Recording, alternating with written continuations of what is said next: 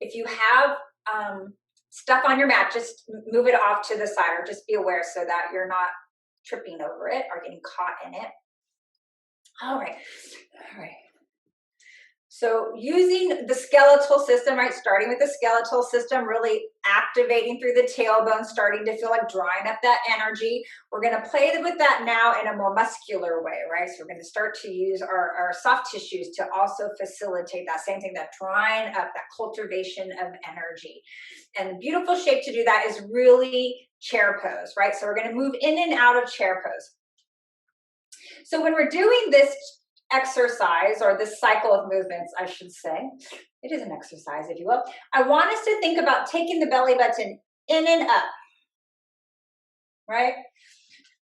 So it's not like I'm squeezing my belly to look skinny, you know, it's not like that tight jean type of drawing in, but it's a lift. So it really feels like I'm lifting up from my pubic bone, right? So I want us to feel that. And while it does that, it also activates those lower back muscles. So it's doing two things. It's lifting up my pelvic floor. It's engaging through my lower back, right? So it's stabilizing. So that's what we're playing with here. All right. You have an option today. See what feels good. We could be moving with the legs in parallel, like our mountain pose, right? Ankles under the hips. This is a little bit tighter shape. So it's going to create a little bit more feeling of sensation as we move here. It's a little bit tighter. If you want, especially if the hips are kind of clicky, or, you know, whatever you want to call them, right? We can step a little bit wider, and that's just going to give us more space to move. So that might feel a little more fluid. So you're going to see what feels like the right fit for you. All right. So once we have the leg, change your leg placement as we move through the cycle, right? You might be making decisions as we go. So the belly comes in. Just play first with bending the knees and dropping the hips back, right? You're going to feel the pressure in the knees and the ankles, right? Because everything's starting to turn on to stabilize the shape.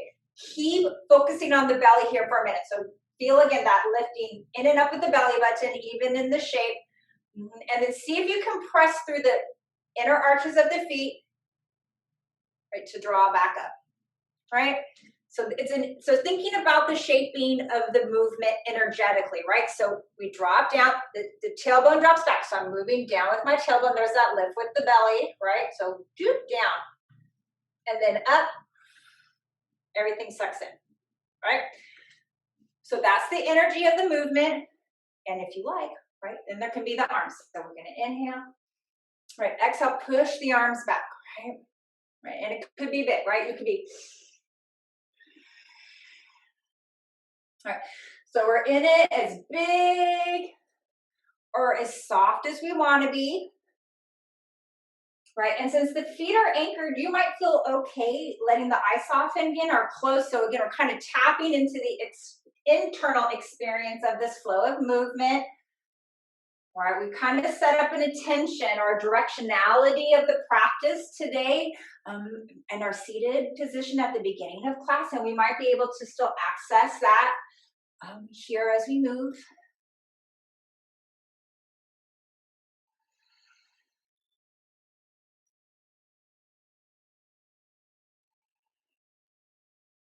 All right, we're going to add in a little bit of strengthening, and that's going to happen the next time that we drop our seat. So we're going to hold our seat dropped, right? So this might be where we move into it a little bit more fully if you feel like that's an option for you. We're going to take 3 breaths. We're going to breathe in.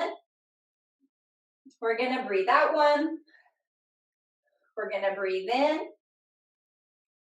We're going to breathe out 2. We're going to breathe in.